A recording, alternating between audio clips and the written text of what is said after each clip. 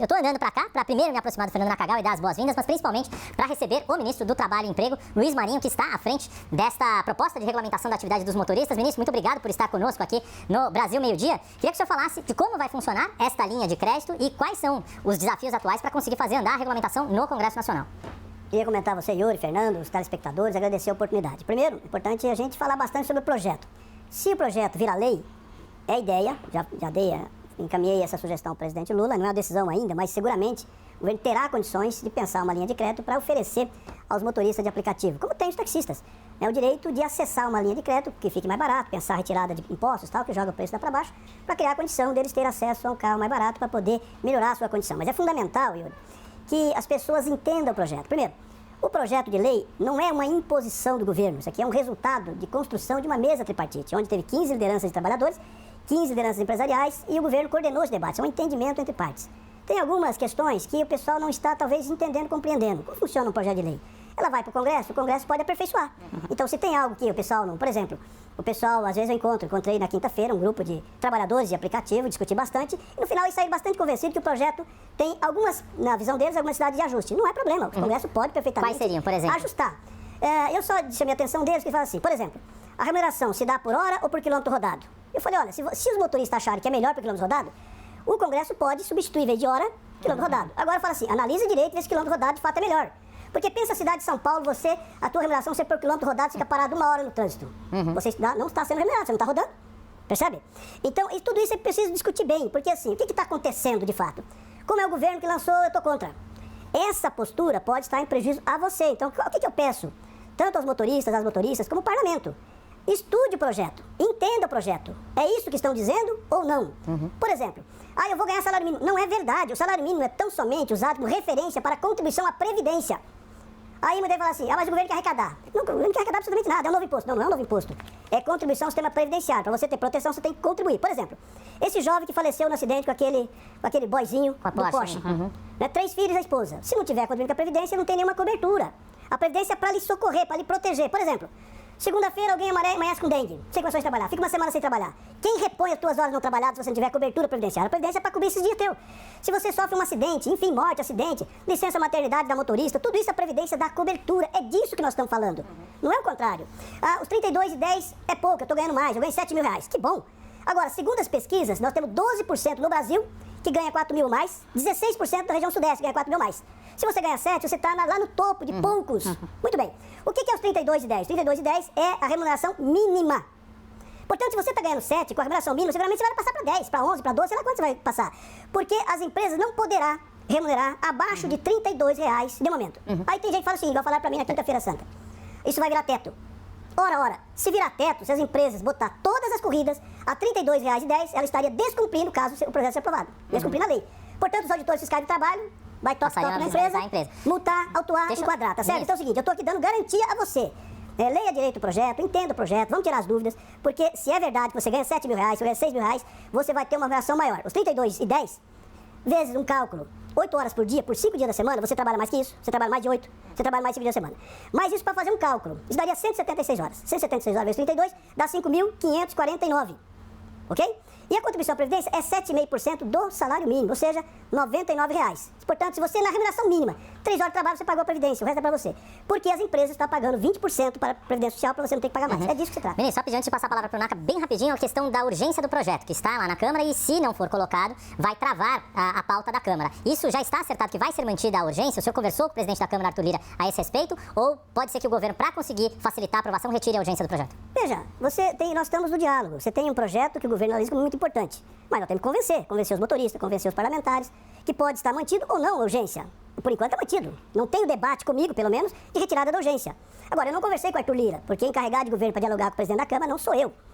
Mas eu estou à disposição do presidente Arthur Lira, assim como do presidente Rodrigo Pacheco, para a gente analisar e ver o seguinte: é possível fazer uma bateria de conversas para esclarecer? Eu estou à disposição das bancadas. Aliás, vamos organizar reunião com bancadas. Terça-feira tem reunião com a bancada do PT.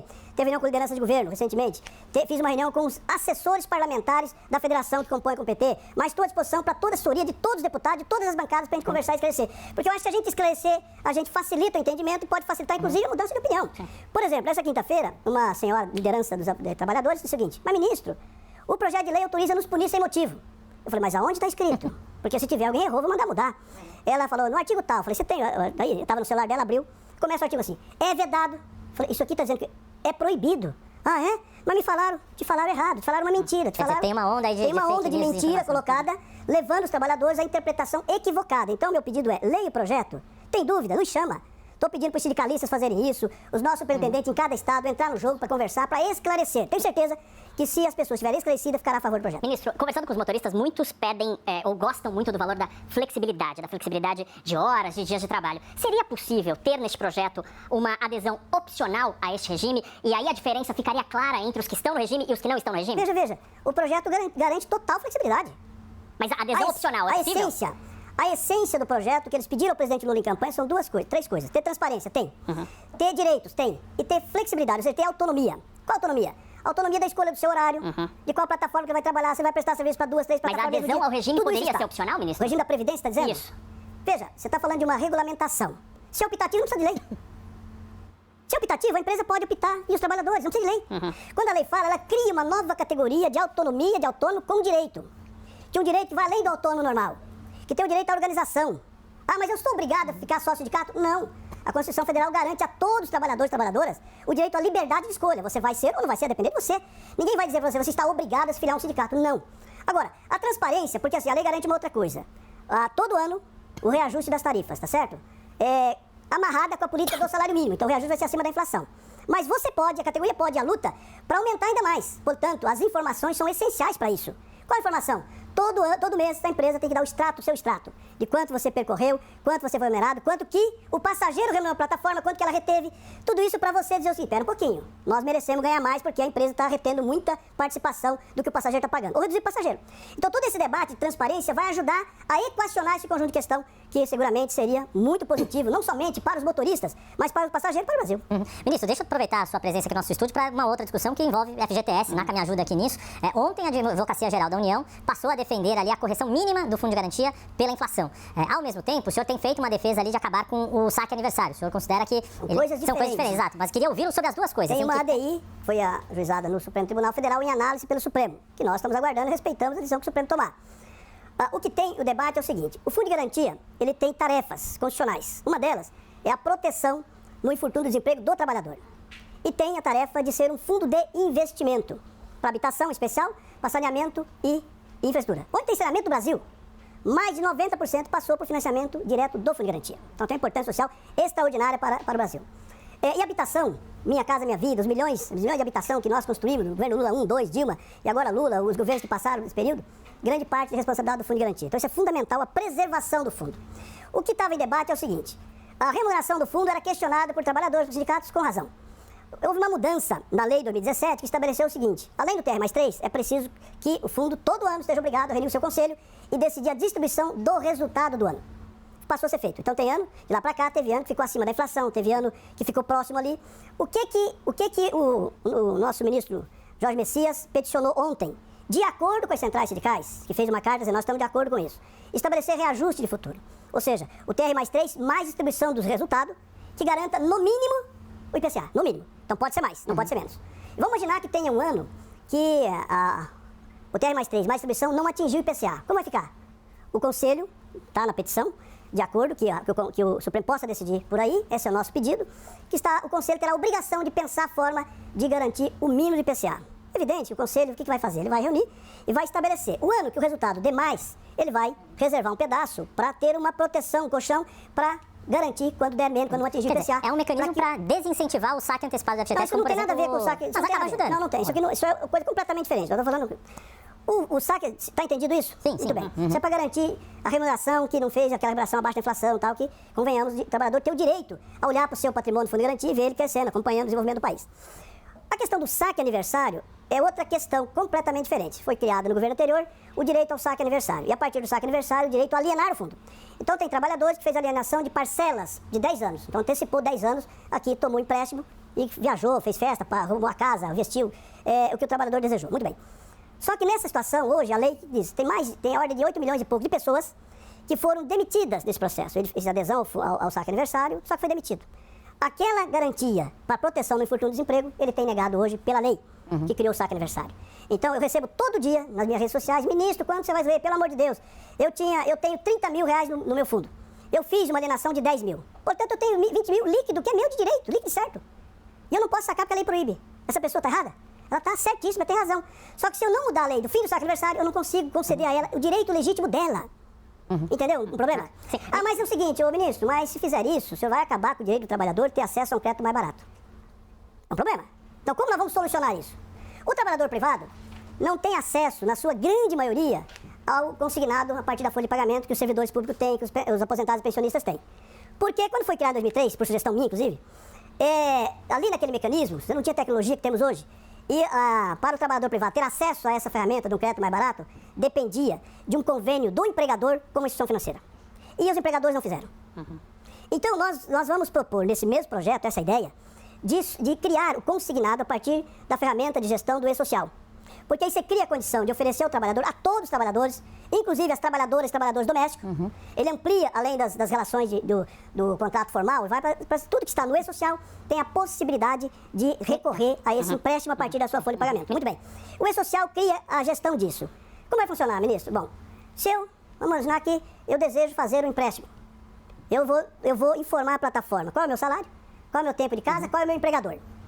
E vou dizer, eu necessito de empréstimo de 10 mil, de 20 mil, 30 mil, de 5 mil, 7.500.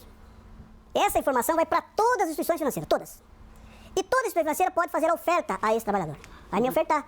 Eu vou olhar e vou dizer o seguinte, é o BB, é a Caixa, é o Itaú, é o Bradesco, é o PicPay, como no PicPay, tá certo assim? Quem me ofereceu a menor taxa, eu vou lá e contrato. Ou seja, o leilão reverso que é possível fazer. Isso aqui, se a gente criar a condição, esse é o mesmo projeto, interromper o saque aniversário, mas criar essa proteção ao trabalhador, o direito de fazer o seu empréstimo. Ministro, desculpa, só voltar à questão dos aplicativos. Não seria possível oferecer uma flexibilidade máxima a ponto de este PL servir apenas para quem optar por este sistema, por este regime, e para quem não quiser continuar exatamente do mesmo jeito que está agora? Existiria esta possibilidade? Será algo opcional? E sobre a regulamentação de duas rodas, em que peta qual que tem sido o problema para os entregadores? Eu repito, a opção não precisaria da lei. Mas para quem opta, precisaria, ministro, nesse caso? Não precisa da lei. Se a empresa optar, vai fazer, vai tocar, não precisa da lei. Registra no regime. Porque seria uma maneira de reduzir a resistência do Congresso e dos motoristas. Veja, nós estamos falando do bico. Do bico de quem não pode ser contratado oficialmente. É isso? Sim. Eu não posso fazer uma lei que eu diga o seguinte, estou autorizando o bico ilegal. Veja, eu faço uma lei para dizer o seguinte, por exemplo, o aposentado por invalidez, ele tem uma proteção, ele adquiriu um problema, doença qualquer, e foi aposentado por invalidez. Essa pessoa, a rigor, não pode ser contratado em nenhum regime oficial. Se ele for flagrado trabalhando, oficial ou não oficial, ele pode perder o seu benefício. Nós estamos dizendo o seguinte, então nós estaríamos autorizando esse trabalhador a assumir esse risco de perder o seu benefício? É preciso compreender o funcionamento da Previdência Social, ela dá cobertura ampla, mas ela tem essa questão aqui. Então você cria uma lei, agora quem quer, se a plataforma quer oferecer bico fora do sistema, é bico, é a ilegalidade do regime trabalhista que funciona no país, percebe? Então você tem uma flexibilidade, que não é CLT, porque muita gente fala, CLT. Não, não é, o governo está impondo nada. É uma lei muito flexível, que dá liberdade a você escolher. Ministro, só para a gente aos entregadores, motociclistas, encerrar aqui. Nós não esquecemos de vocês.